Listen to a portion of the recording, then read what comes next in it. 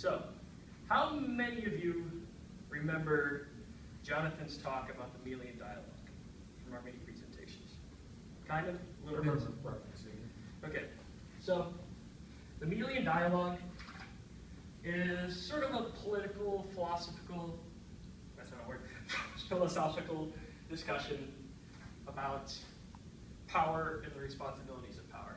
And just to briefly go over it again, this relatively is Greece. We have little island of Milos down here. Sparta is inland, and Athens is up here. Athens and Sparta are at war again.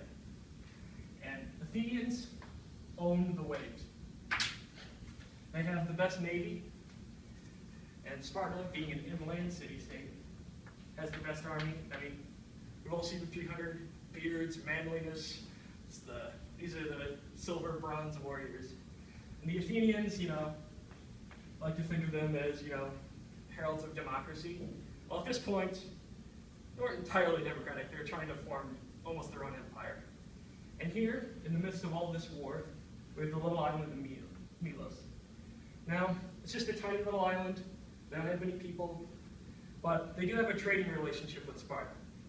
And it's not even a military relationship. Sparta doesn't garrison troops here. Their navy doesn't come between. It's just economic. Athens, though, still don't like the trade that's going in between these two cities. So Athens decides to send down its fleet to Milos to force them into their empire. They gave them an option. You can either surrender to us, no value.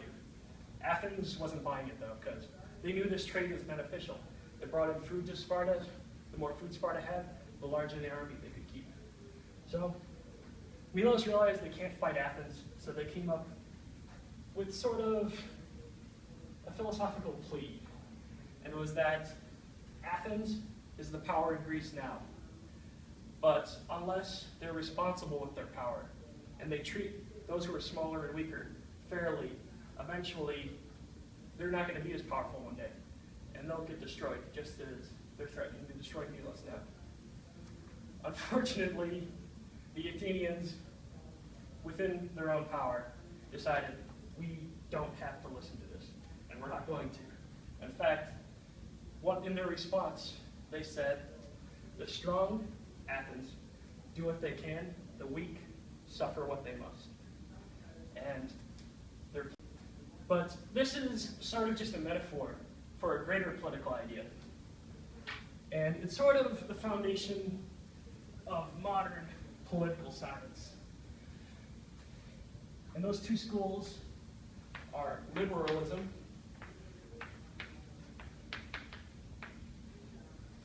and realism. Now, liberalism, it's not what you're probably thinking of.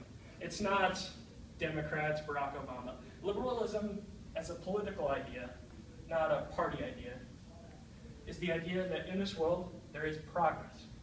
So that countries, it's not all just about war. Countries can cooperate together. They're really big on cooperation. It's their favorite thing, liberals. Because they believe war is costly. It's always costly. No matter what, if you go to war, there's going to be less resources afterwards. So they see the idea that if there's like a pot of 100, and two groups want in on this, yeah, they could go to war and maybe deny this side any, but maybe 25 of it gets destroyed. So they see it as, why one takes 75 and the other takes 0 when we can each take 50 and be better off for it?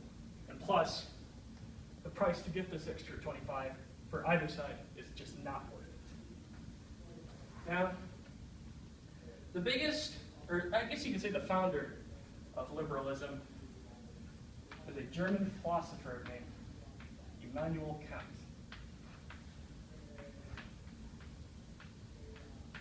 He's sort of known as like the grandfather of liberalism.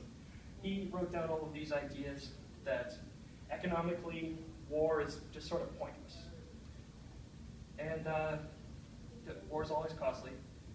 And his idea was that power doesn't matter as much as trade.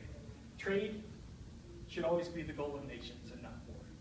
Because trade allows different people to interact such that, let's say if Athens produced quality cotton, it's in their best interest to trade these high quality goods between each other instead of trying to march down, costing thousands of lives, economic investment you have to pay, you have to train soldiers, you have to feed soldiers, to maybe come down there, conquer them, kill a lot of them, to be honest, to get that cotton or to get that wine. So that's their idea. War is costly. Trade is key.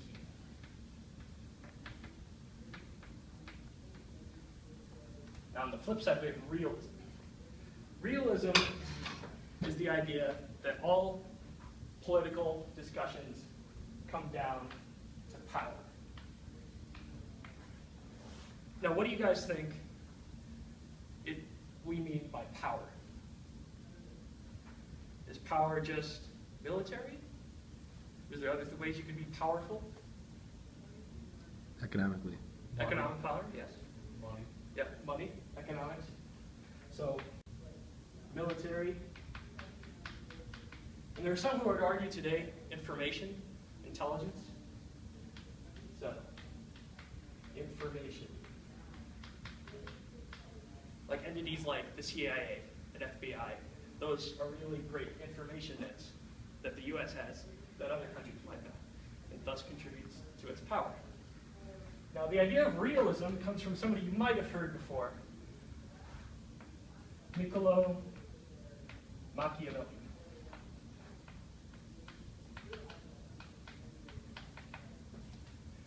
They lived together, Mr. Kant and Mr. Machiavelli, roughly within the same time period. It's 1500s to 1600s that these ideas were really just starting to form. Power is the main goal. And what they see is it's a nation's duty to always limit your own power, betraying yourself. The idea is that war ends. They aren't always willing to go to war. They'll just be as happy as somebody agrees to trade with them, but only in their favor. But they're much more comfortable with going to war if they see that as a means they need to.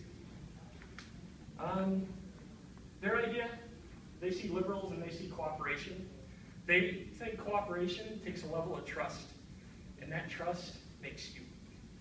They see the idea of, like, an example, after World War II, a lot of countries really just weren't interested in war anymore, especially in Europe, such that the UK, a little island here, a little coast of France, they essentially decided, we don't really want to keep our navy anymore. So they, their little ships that held this channel during the war, they decommissioned. We still had some airplanes up here. And France was pretty much obliterated during the war. But what they did have, soldiers, and they still had some ships that managed to escape. They still had a little bit of military. And the idea here is that realists see this as a flaw on both sides.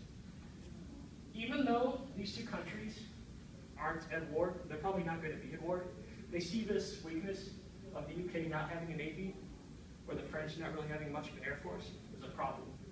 And in situations like in Libya, where French aircraft carriers were taking British fighters down to North Africa, they saw that as a weakness, because your military relied on another military, and thus your power was low. So, as we can see, here is trade, here is power. Now, for a conflict like Syria, how might a liberal or a realist feel about that conflict? Either as a Syrian itself, or maybe as the US. Would a liberal in America want to intervene in Syria? Probably not. Well, liberals are occasionally okay with war. They, especially Kant has this idea of the tripod of peace, the first being trade, of course. But he also believed that democracy was important, that states should try to promote democracy. So maybe if a liberal saw a chance for democracy to flourish in Syria if one side won, they might be willing to support that. And liberals, I mean, as I said, it's not Democrats. George W. Bush could be arguably seen as a liberal in the political sense, because he saw the idea of going into Iraq to promote democracy and tear down the dictatorship. So, what about a realist? Would a realist be interested in Syria? Just for helping the people there? Well, For other. It would be a means to an advantage. I mean, Yeah, there's, just wanna, I mean, isn't there a large natural gas pipe that they want to send through Yemen, through Syria, that Russia? yeah, there's also They possible might have- ties with Russia. it might be able to. Well, I heard you that know, was the build a main military. topic of Syria in the first place, like, the secret, like, outside reason, oh, there's chemical weapons, but really it's because they want to send a natural gas pipe from, like, southern Middle East all the way through Syria, and it would supply natural gas to Western Europe, and that would destroy the natural gas industry in Russia. Okay, so maybe it's about weakening a rival. The U.S. wants to make sure it stays on top of Russia. Or maybe they just want to make sure that they're making money out of this region and not some other country, because that's what's important. You need to make sure the wealth comes to you, not to someone else. Also, maybe militarily, maybe if we invade, we get to install a few bases, or maybe natural gas, or maybe even oil in the area, we would get first dibs. So, but Syria is a very complex issue. You have a Would you question? say the U.S. goes by a realist mentality in a lot of their foreign politics? Well, that's a very good question.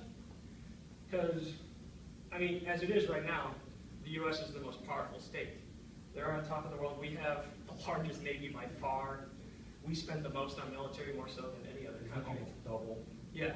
So maybe you could see the U.S. as parts of both, but like the liberals will see the U.S. as maybe this champion of democracy trying to spread democracy, but the realists will say, yeah, but how do we spread that democracy? By destroying their government, setting up a puppet government, and then going from there. Because we're the most powerful. I mean, Taking all their resources. yeah. So liberals might say, well, we're doing this for democracy. Realists might say, this is for national security. It's a complex issue. I guess that's it.